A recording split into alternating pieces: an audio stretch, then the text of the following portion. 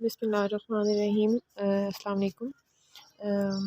आज last topic में हमने डिस्कस किया था about significance of international relationships and in this video we will discuss about the nature of international relationships. So nature of IR की हम बात करें तो ऑफकोर्स हमें पहले पता होना चाहिए कि नेचर का बेसिकली मतलब क्या होता है। तो नेचर का मतलब होता है कि इसमें हम रीड करेंगे कि what are the basic characteristics are the features of IR. तो इसमें जो सबसे पहला फ़ीचर हम डिस्कस करने वाले हैं नेचर के बारे में, that I R is actually a social science. अब इसको हमें समझना ज़रूरी है कि सोशल साइंस किस तरह है। हम कहते हैं कि ये ना तो हमारे पास दो टाइप की होती हैं, या तो हमारे पास आर्ट्स एंड ह्यूमैनिटीज़ होता है या फिर हमारे पास नेचुरल साइंस होता है। लेकिन आर्ट्स एंड ह्यूमैनिटी और नेचुरल साइंस के अंदर कभी भी आई आर नहीं आ सकता। वो क्यों नहीं आ सकता, उसकी एक बेसिक रीज़न तो ये है क्योंकि आई आर और उसमें एक चीज़ तो सेम है, सब कुछ सेम होता है। ऑब्जर्वेशन होते हैं, हाइपोथेसिस होते हैं, एक्सपेरिमेंट्स होते हैं और थ्योरीज बनती हैं। इट्स फाइन कि थ्योरीज भी बनती हैं, लेकिन ये होता है कि उनमें लॉज भी बनते हैं arts and humanities and natural science में। बट जो आई आर है उसके अंदर थ्योरीज तक बात रहती है, कभी भी लॉज नहीं बन सकते। इसकी एग्जांपल कुछ यूँ है कि अगर हम कहें कि हमारे पास एक थ्योरी है, फॉर एग्जांपल कि democratic countries are less incline towards war, तो ये थ्योरी बन गई। अब ये थ्योरी जो है ये कभी भी लॉ नहीं बन सकती क्योंकि इसके ऊपर कुछ ऑब्जेक्शंस लग सकती हैं। फॉर एग्जांपल ये ऑब्जेक्शन है कि जो इंडिया है वो डेमोक्रेटिक कंट्री है, लेकिन फिर भी उसके अंदर वार्स और कॉन्फ्लिक्ट की सिचुएशन चलती रहती है, तो ये थ्योरी डिनाई हो जाती है। दैट्स वाई कभी भी आईआर के अंदर न्यू न्यू चीज़ें क्योंकि आती रहती हैं, डायनामिक होती है, इवॉल्विंग होती है आईआर की नेचर, तो इस वजह से नेचर जो आईआर है वो कभी भी उसकी थ्योरीज लाज नहीं बन सकती, पहली बात। दूसरी बात, इस वजह से आर्ट्स एंड ह्यूमैनिटी और नेचुरल साइंस में नहीं आती, तो फिर अब इसको हम किसके अंदर रखें, तो हम इसको सोशल साइंस की अम्ब्रेला टर्म के अंदर रखते हैं। क्यों?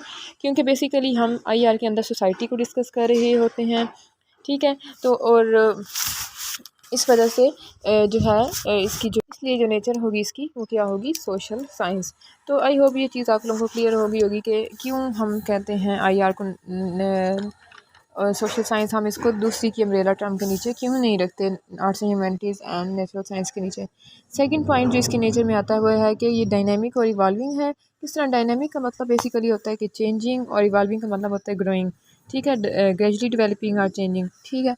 तो आईआर की जो नेचर है वो चेंज होती रहती है और डेवलप होती रहती है। क्यों डेवलप होती रहती है? क्योंकि इसके अंदर न्यू न्यू चीज़ें एडअप होती रहती हैं इंटरनेशनल रिलेशंस के अंदर। फॉर एग्जांपल हम बात करें वर्ल्ड पॉलिटिक्स की, तो वो भी चेंज होती रहती है। हम कहें कि वर्ल्ड वार 2 के बाद एकदम से जो शिफ्ट आया था पॉलिटिक्स में, ये आया था कि ये दो में डिवाइड हो गई थी, यूएस में और सेकंड जो थी यूएसएसआर थी। इसके अलावा आहिस्ता आहिस्ता क्या होता है कि जो डिफरेंट एशियन कंट्रीज़ हैं वो इकोनॉमिकली ग्रो कर रही हैं, जैसे कि चाइना और इंडिया, वो भी वर्ल्ड पॉलिटिक्स का हिस्सा बन रही हैं। तो हमारा जो सिस्टम है वो अब मल्टीपोलर की तरफ दोबारा जा रहा है। तो इस तरह जो है ये डायनामिक है। उसके अलावा हम बात करें कि different non state actors include हो रहे हैं, डिफरेंट एनजीओज़ इंक्लूड हो रही हैं आईआर में।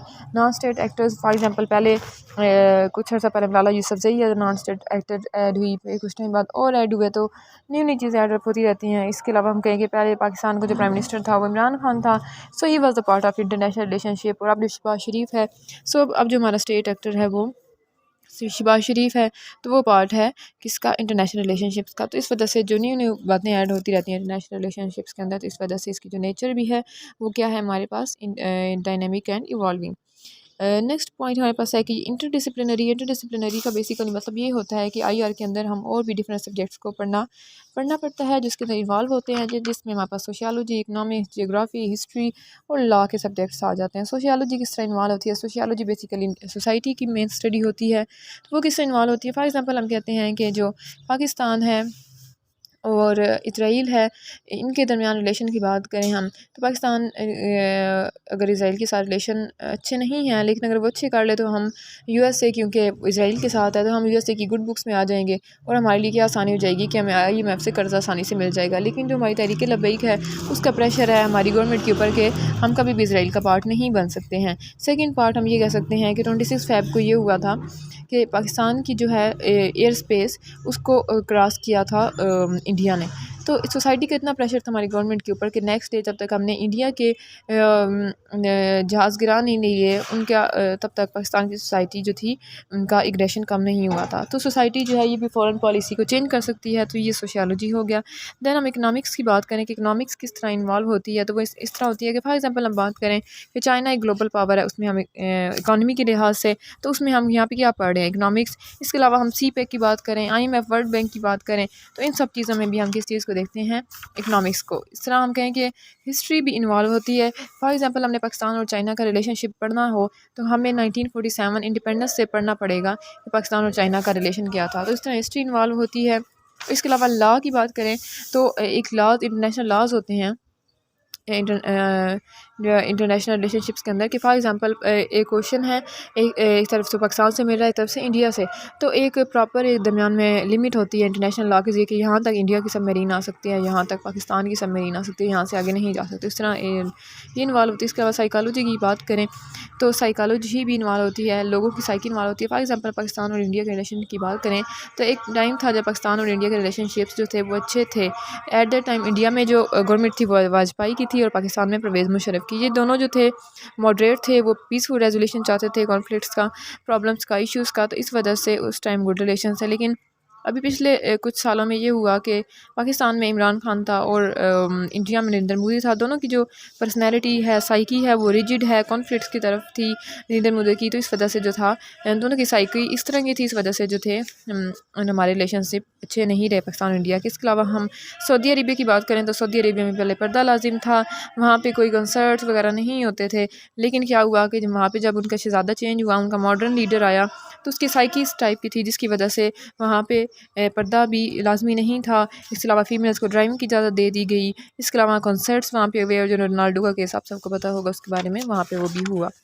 जियोग्राफी की बात करें हम तो जियोग्राफी का भी बहुत हिस्सा होता है इंटरनेशनल रिलेशनशिप्स में। किस तरह फॉर एग्जांपल जो 9/11 अटैक हुआ वो हुआ था अमेरिका में, USA में, और वो किसने किया था, वो कहते थे उसामा बिन लादेन ने, जो किसके शेल्टर में था, अफ़गानिस्तान के। अब अफ़गानिस्तान जो है वो पाकिस्तान का हमसाया मुल्क है, इस वजह से उसके अंदर जियोग्राफी की वजह से पाकिस्तान को भी इन्वॉल्व किया गया। इवन पाकिस्तान का रास्ता यूज़ किया गया टू अफगानिस्तान में जाने के लिए। और पाकिस्तान चाइना फ्रेंडशिप भी जियोग्राफी की बेस के ऊपर ज़्यादा है। इसके अलावा नेचर की बात करें तो एक पॉइंट आता है कि main concern conflicts and cooperation between state due to the factors like power, international interest. ठीक है, अब इसमें क्या होता है कि इसमें कॉपरेशन और कॉन्फ्लिक्ट की बात करते हैं कि नेचर में कॉपरेशन और कॉन्फ्लिक्ट्स आ जाते हैं, यानी पीस एंड वार। कॉपरेशन में हमारे पास डिफरेंट चीज़ें हैं, जैसे सी पैक है, सार्क है, वर्ल्ड बैंक है। और कॉन्फ्लिक्ट्स की बात करें तो उसमें हमारा कश्मीर इशू, रशिया यूक्रेन वार और डिफरेंट वार प्रॉब्लम्स आ जाती हैं। उसके बाद हम बात करें नेचर ऑफ IR की, तो जो नेचर of IR है वो एनालिटिकल एंड एम्पेरिकल स्टडी है for theory building. Analytical building और एम्पेरिकल है, फॉर एग्जाम्पल इसमें सारे स्टेप्स इन्वॉल्व होते हैं, जैसे कि हमने पीछे पढ़ा theory, observation, experimentation, deduction, hypothesis. और अगर हम बात करें एनालिटिकल स्टडी में तो इसमें एग्जांपल हम आइडियलिज्म और नियोलिबरलिज्म थ्योरी की दे सकते हैं। एम्पिरिकल स्टडी में हम एग्जांपल दे सकते हैं रियलिज्म थ्योरी की। ठीक है, इसके अलावा इसमें थ्योरी बिल्डिंग होती है और इसकी ये होती है कि ये डील करता है ग्लोबल इश्यूज़ के साथ। For example poverty problem global issue है, उसके साथ डील करेगा। दैन पोलियो है, रिफ्यूजीज इशू है, क्लाइमेट चेंज है, कोविड है। इसके अलावा nature of IR is actually the struggle for power, क्योंकि international politics is basically struggle for power. So power is the mean of international interest, so power politics is the key theme of IR। So basically ये हमारी थी nature of IR। I hope आप सबको clear हो गया होगा। So next हम scope वगैरह डिस्कस करेंगे नेक्स्ट वीडियोज़ में। So for more video subscribe my channel. Thank you.